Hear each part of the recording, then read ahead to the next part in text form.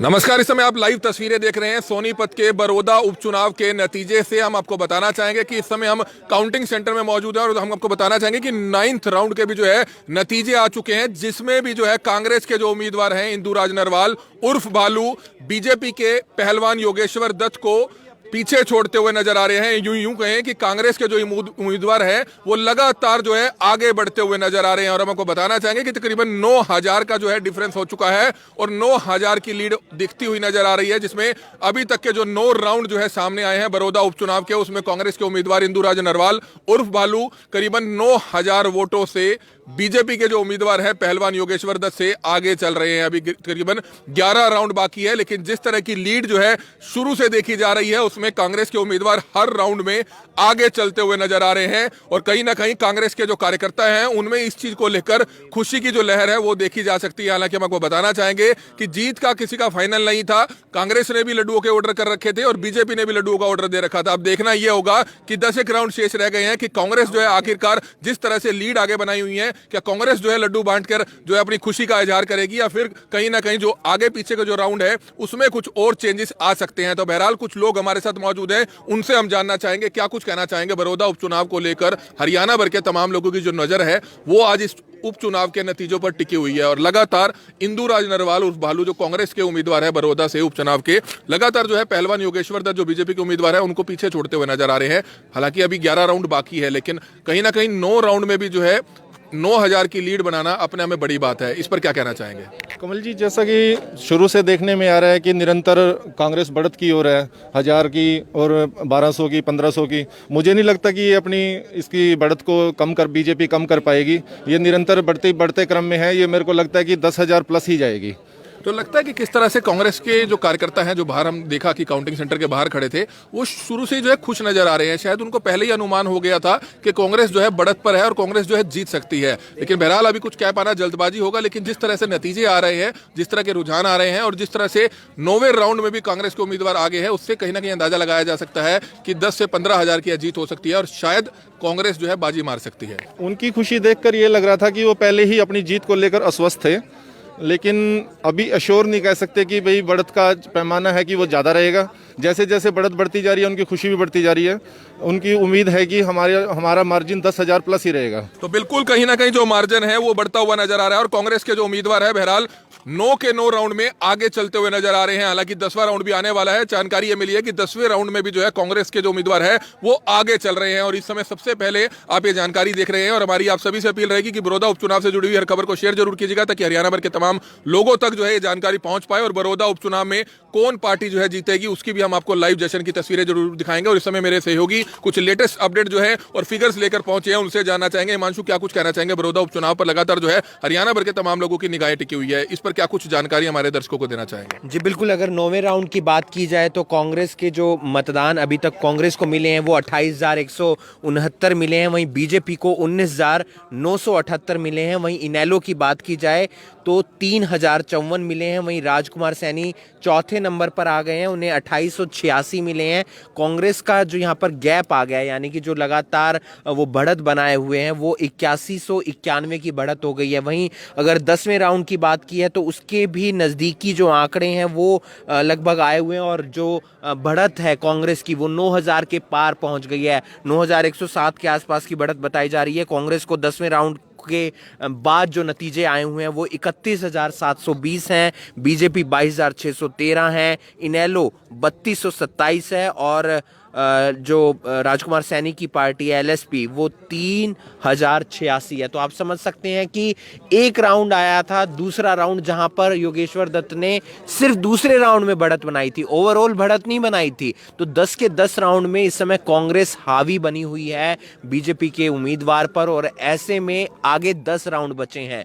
कमल 10,000 का डिफरेंस हो चुका है लगभग और इस डिफरेंस को तोड़ पाना आसान नहीं होगा क्योंकि आगे भी जो आएगी काउंटिंग आएगी उसमें दोनों ही पार्टियों के वोट आने हैं। तो ऐसे में समझना होगा कि ये हार यहाँ पर दिखती हुई नजर आ रही है। हार की तरफ योगेश्वर दत्त बढ़ते हुए नजर आ रहे हैं। योगेश्वर दत्त जो है नतीजों से पहले लगातार पॉलिटिकल पोस्ट जो है अपने पेज पर शेयर कर रहे थे, ट्विटर हैंडल पर शेयर कर रहे थे, लेकिन कल उनकी एक पोस्ट जो है फेसबुक पर काफी वायरल हुई सोशल मीडिया पर, जिस पर उन्होंने ये लिखा, अपनी कुछ खेल कूद करते हुए फोटो दिखाई, दौड़ मारते हुए फोटो दिखाई कि खेल ही मेरी जिंदगी है। इससे क्या कुछ लगता है कि कहीं ना कहीं उनको भी अंदाजा था कि जो आज के नतीजे हैं वो कहीं ना कहीं उनके हक में आने वाले नहीं आ रहे, तो इस पर कहीं ना कहीं लगता है कि खेल ही मेरी जिंदगी है। करने को वो कुछ राजनीतिक बयान भी दे सकते थे, लोगों का भी धन्यवाद कर सकते थे, लेकिन शायद इस तरह का बयान नहीं आया। लेकिन कहीं ना कहीं उनको लगता है कि जो नतीजे आ रहे थे उनको शायद पहले ही कुछ आभास हो चुका था इस चीज़ का। कह सकते हैं शायद उनकी मानसिक तौर पर वो इतने उन्होंने अपने आप को समझा लिया होगा कि मेरी एक बार फिर से हार हो रही है।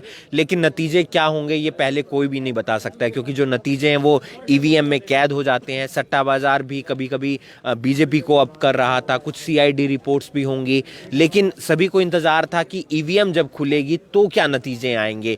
लेकिन वो खेल जगत से जुड़े हुए हैं योगेश्वर दत्त, भारत के लिए उन्होंने ओलंपिक में मेडल भी जीता है, तो उनका अपना मन था, इसलिए उन्होंने दूसरी बड़ी बात है कि बड़ौदा उपचुनाव है, हरियाणा भर के तमाम लोगों की निगाहें टिकी हुई हैं। लेकिन अगर बात करें तो सिर्फ कैंडिडेट्स ही यहाँ पर पहुंचे हुए हैं, जो उम्मीदवार है वही यहाँ पर पहुंचे हुए हैं।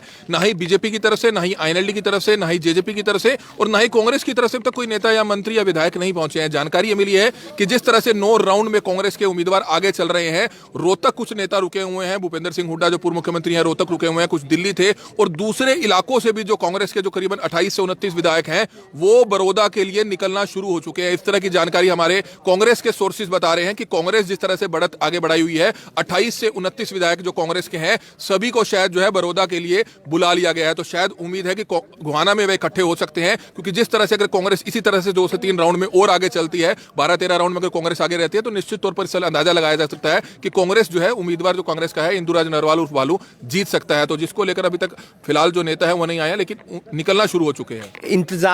इंतजार था कि ईवीएम खुलेगी और उसके बाद हम अपने जो कदम है वो आगे बढ़ाएंगे। याद होगा आपको 2019 में जब करनाल में मुख्यमंत्री मनोहर लाल खट्टर जीत रहे थे, लेकिन जो बीजेपी की स्थिति है वो ज़्यादा अच्छी नहीं थी, क्योंकि बहुमत नहीं मिल रहा था। तो ऐसे में मुख्यमंत्री मनोहर लाल खट्टर वहाँ पर नहीं आए थे। तो यही स्थिति हर जगह देखने को मिलती है, और खासकर उपचुनाव में भी इंतज़ार होता है सभी को कि बढ़त किसकी होगी। अगर बीजेपी की बढ़त होती तो ये सोर्सेज हमारे बीजेपी की तरफ से आ रहे होते कि बीजेपी के विधायक या मंत्री वहाँ से जा रहे हैं, और फिलहाल इनेलो के जो उम्मीदवार थे वो हैं। अगर इनेलो के उम्मीदवार हमारे साथ पहुंचे हैं। सर क्या कुछ कहना चाहेंगे? नतीजे आपने देखे, 9वें राउंड में भी कांग्रेस के उम्मीदवार आगे हैं, और आपको जो है एलएसपी से उम्मीद नहीं थी, एलएसपी इनेलो को भी जो है पीछे छोड़ चुकी है अभी तक। अब आप जाकर देखो, एलएसपी से ऊपर इनेलो है। हाँ। तो अभी तक कितने आए हैं सर वोट बैंक, क्या कहना अभी तक इनेलो को 3300 के लगभग वोट आए हैं, 10 राउंड पूरे हुए हैं। और कांग्रेस आगे चल रही है अभी तक? कांग्रेस आगे चल रही तो है। जनता के बहुमत का जो है हम स्वागत हम करते हैं, क्यों नहीं करते। तो अभी पर कमी रह गई, कमी कहाँ रही?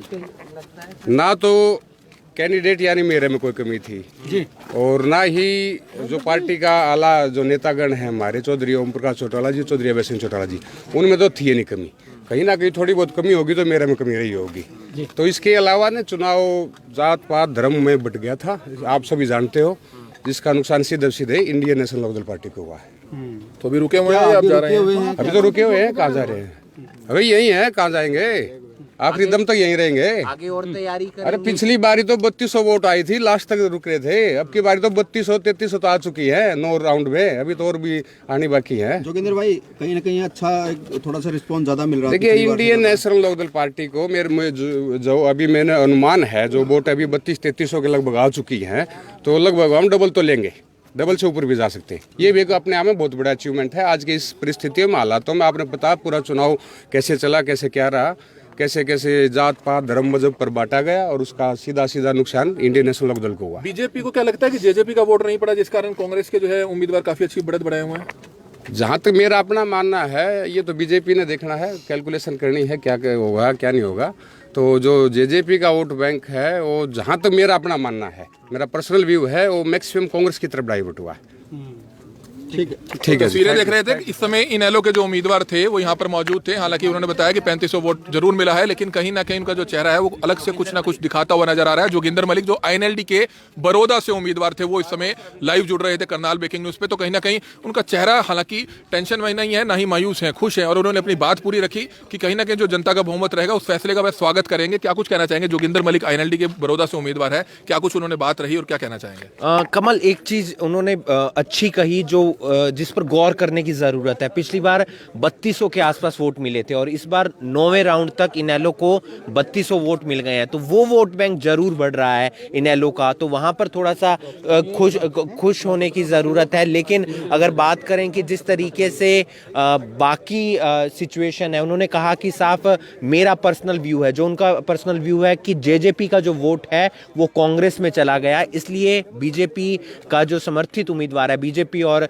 दोनों का साझा उम्मीदवार है योगेश्वर दत्त, वो डाउन होते हुए नजर आ रहे हैं। तो ऐसे में कहीं ना कहीं जो चुनाव प्रचार था उसमें कमी रह गई साथ मिलकर आगे आने की। अगर यूं लगता कि वो उम्मीदवार सिर्फ बीजेपी का नहीं है, वो उम्मीदवार जो है सरकार पार्टी का है, बीजेपी पार्टी का भी है और जेजेपी पार्टी का भी है, तो शायद और अच्छा समर्थन जनता का योगेश्वर दत्त को मिल सकता था। लेकिन जो अब बढ़त है कांग्रेस की 9000 के पार पहुंच चुकी है, जाति पाति में जो है पूरा वोट बट गया, चुनाव जाति पाति की तरफ डाइवर्ट हो गया, ऐसा भी उन्होंने कहा है। तो ये देखने को मिल भी रहा था, जिसके कारण जो है एलएसपी को भी वोट गए हैं, इनेलो को भी वोट गए हैं। इनेलो अब ये देखेगी कि कितने वोट मिलते हैं, पहले के मुकाबले वो कितने ज़्यादा वोट ले पाते हैं। मायूस नहीं है क्योंकि उन्हें लगभग मालूम था कि हमारी हार हो सकती है, लेकिन हम वोट बैंक अच्छा लेकर जाएंगे, हमारा वोट प्रतिशत पहले के मुकाबले बढ़ेगा और वो बढ़ता हुआ नजर आ रहा है। तो बिल्कुल, और इस समय बड़ी खबर आप देख रहे हैं जहां पर हमको लगातार बता रहे हैं कि 9 राउंड के जो नतीजे हैं वो आ चुके हैं। फाइनल 10वें राउंड में भी जो बताया जा रहा है कि कांग्रेस के जो उम्मीदवार हैं इंदु राज नरवाल उर्फ भालू जो है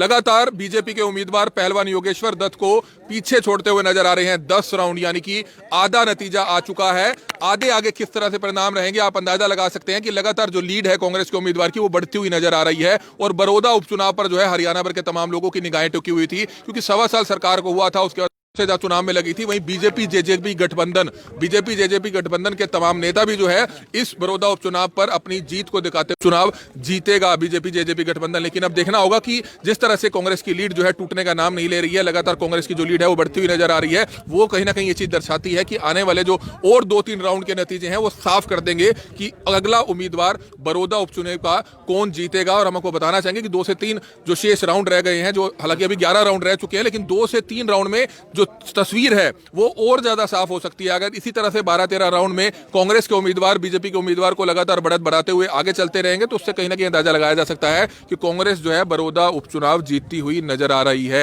ये तस्वीरें जो है इस समय आप देख सकते हैं कि किस तरह से काउंटिंग सेंटर के हम बाहर खड़े हैं। तो कुछ और लोग यहाँ पर हमारे साथ मौजूद हैं, उनसे हम जानना चाहेंगे क्या कुछ कहना चाहेंगे। 9 राउंड के नतीजे आ चुके हैं, हरियाणा भर के तमाम लोगों की निगाहें टिकी हुई हैं, तो कहीं ना कहीं लगता है कि कांग्रेस जो है काफी जीत की तरफ बढ़ती हुई नजर आ रही है। लेकिन 2-3 राउंड में ये तस्वीर और साफ हो सकती है।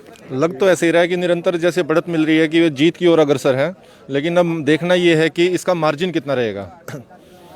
खबर ये भी आ रही है कि कांग्रेस के एमएलए जो है रवाना हो चुके हैं। कांग्रेस के सभी एमएलए, वो हुड्डा साहब ने सभी को अपने वहाँ निमंत्रण दे दिया है, जीत के जश्न की तैयारियां हो चुकी हैं।